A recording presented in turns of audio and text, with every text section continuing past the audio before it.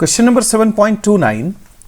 Explain why friction is necessary to make the disc in figure 7.41. ये figure है 7.41.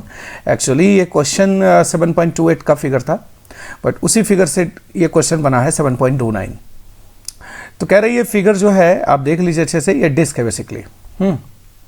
A roll in direction indicated part A give the direction of friction force at B and the sense of frictional torque before perfect rolling begins, है ना. Part be what is the force of friction after perfect rolling begins.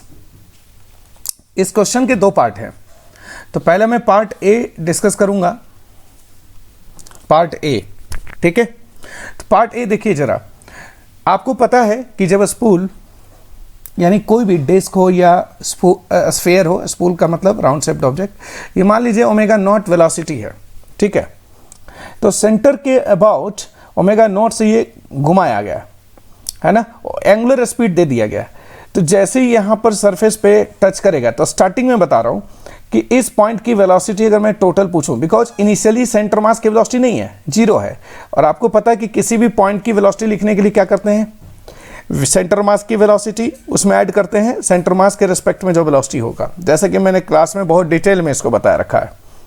तो अब आप बताओ कि अभी centre mass की velocity initially zero है, तो आप बताओ कि ये पॉइंट बी जो है, मैंने डिस्क का लोअर मोस्ट पॉइंट बी को मैं देख रहा हूं, तो बी को जरा देखो, तो बी में वेलोसिटी किधर होगा, टेंजेंशियली होगा, ओमेगा नॉट इंटू आर.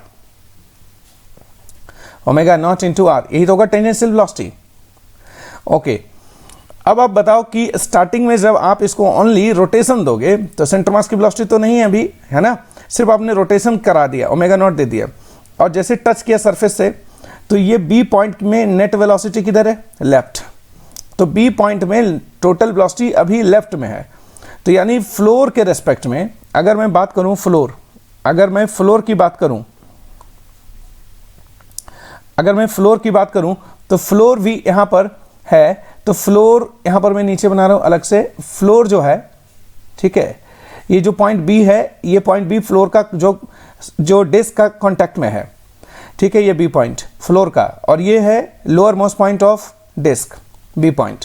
तो आप बताओ कि बी में वेलोसिटी पीछे है, तो यानी ये स्किड किधर करना चाहेगा, पीछे. फ्लोर के रेस्पेक्ट में रिलेटिव मोशन किधर करेगा, बी पॉइंट पीछे. तो इस पर फ्रिक्शन किधर एक्ट करना शुरू करेगा, आगे की तरफ.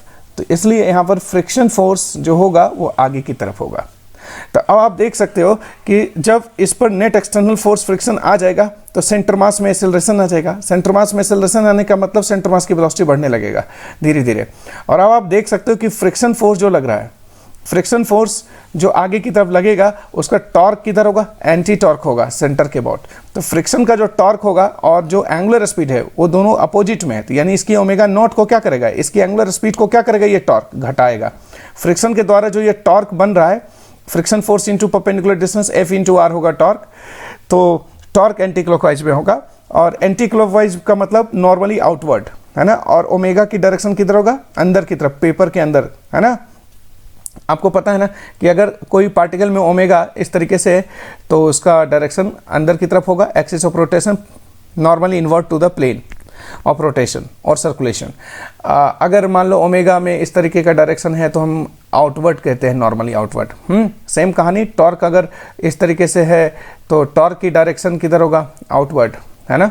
एंड अगर टॉर्क इस तरीके से है, तो हम इसको क्रॉस से दिखाते हैं, इनवर्ट नॉर्मली. तो आप ये जो पार्ट ए है हमारा, ये कह रहा है give the direction of friction force at B. तो बी पर फ्रिक्शन फोर्स की डायरेक्शन किधर होगा, आगे होगा, ठीक है. ये तो बिल्कुल सही है, यानी जो पार्ट ए में हमें फ्रिक्शन फोर्स की डायरेक्शन पूछा है, तो वो तो आप सही, एकदम बिल्कुल सही कह सकते हो. फ्रिक्शन फोर्स जो होगा बी, है ना, is in the same direction as the arrow. तो फ्रिक्शन की डायरेक्शन तो होगी फॉरवर्ड ही होगी, ठीक है भैया. ओके, अब देखो एक बात बताओ कि जैसे फ्रिक्शन आगे लगना शुरू किया, तो सेंटर मास में वेलोसिटी आ गया, वीसी गेन करने लगा, और ओमेगा घटने लगेगी. तो एक वक्त आएगा जब प्योर रोलिंग होना शुरू होगा, तो वीसी बराबर ओमेगा इंटू आर हो जाएगा, है ना. तो जब वीसी बराबर ओमेगा इंटू आर हो जाएगा, प्योर रोलिंग होगा. तो यहाँ पर क्या होगा कि ओमेगा इंटू आर जब प्योर रोलिंग करने लगेगा, तो क्या होगा कि इसकी वेलोसिटी ओमेगा इंटू आर इधर हो गया, ओमेगा इंटू आर, और सेंटर मास में वेलोसिटी आ गया vc। अब मान लीजिए कि जो vc है और ओमेगा आर, इस पॉइंट का टोटल वेलोसिटी अगर देखना है तो क्या होगा, सेंटर मास की वेलोसिटी ऐड करेंगे, है ना। इस पॉइंट की वेलोसिटी इसके रेस्पेक्ट में जो होगा ओमेगा आर और इधर vc, net velocity omega R minus vc minus omega R. और अगर vc की वैल्यू ओमेगा आर के बराबर हो गया तो क्या हो जाएगा, नेट वेलोसिटी 0। तो यहाँ पर कोई स्किडिंग नहीं होगा, तो फ्रिक्शन लगेगा ही नहीं उस वक्त।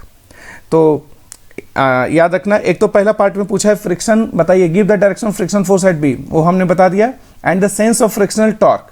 तो torque develop due to friction force किधर होगा बताओ, फ्रिक्शन फोर्स ऐसे लग रहा है, फ्रिक्शन फोर्स ऐसे लग रहा है, और इस पॉइंट के बाद टॉर्क कैसा होगा, एंटी क्लॉकवाइज। तो एंटी क्लॉकवाइज मतलब आउटवर्ड, नॉर्मली आउटवर्ड, इस एक्सिस ऑफ रोटेशन के अबाउट नॉर्मली आउटवर्ड, ओके।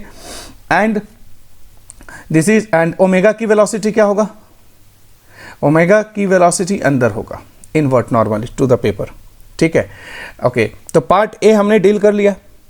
अब पार्ट बी में हम कह सकते हैं, ठीक है, पार्ट बी में जो है फ्रिक्शन फोर्स धीरे धीरे क्या होगा जानते हो, इसकी नेट वेलोसिटी क्या हो जाएगी। पहले देखो स्टार्टिंग में ओनली ओमेगा आर था, स्टार्टिंग में ओनली ओमेगा आर था, बिकॉज सेंटर मास की वेलोसिटी 0 थी इनिशियली। तो स्टार्टिंग में एक ओमेगा आर वेलोसिटी थी पीछे की तरफ, नेट वेलोसिटी पॉइंट बी का, तो इसलिए बहुत ज़बरदस्त स्लिप कर रहा था पीछे, तो इसलिए हम फ्रिक्शन बहुत भयंकर था उस वक्त, है ना, आगे की तरफ। अब धीरे धीरे क्या होगा, ओमेगा धीरे धीरे घट रही है, तो यानी ये वाला फैक्टर क्या होगा, ओमेगा इंटू आर डिक्रीज होगा और सेंटर मास की वेलोसिटी गेन होगा, तो ये घट रहा है और vc भी बढ़ रहा है, तो यानी अब जो होगा ओवरऑल वेलोसिटी क्या होगा, धीरे धीरे इसका स्लो होगा, तो फ्रिक्शन भी स्लो हो जाएगा, मतलब सॉरी फ्रिक्शन भी घटता जाएगा, तो फ्रिक्शन डिक्रीजेज, है ना। तो जब बिफोर रोलिंग, है ना, यहां पर हम कह सकते हैं कि before rolling, before pure rolling, before pure rolling friction decreases, friction force decrease करेगा, आगे की तरफ ही होगा बट डिक्रीज करेगा।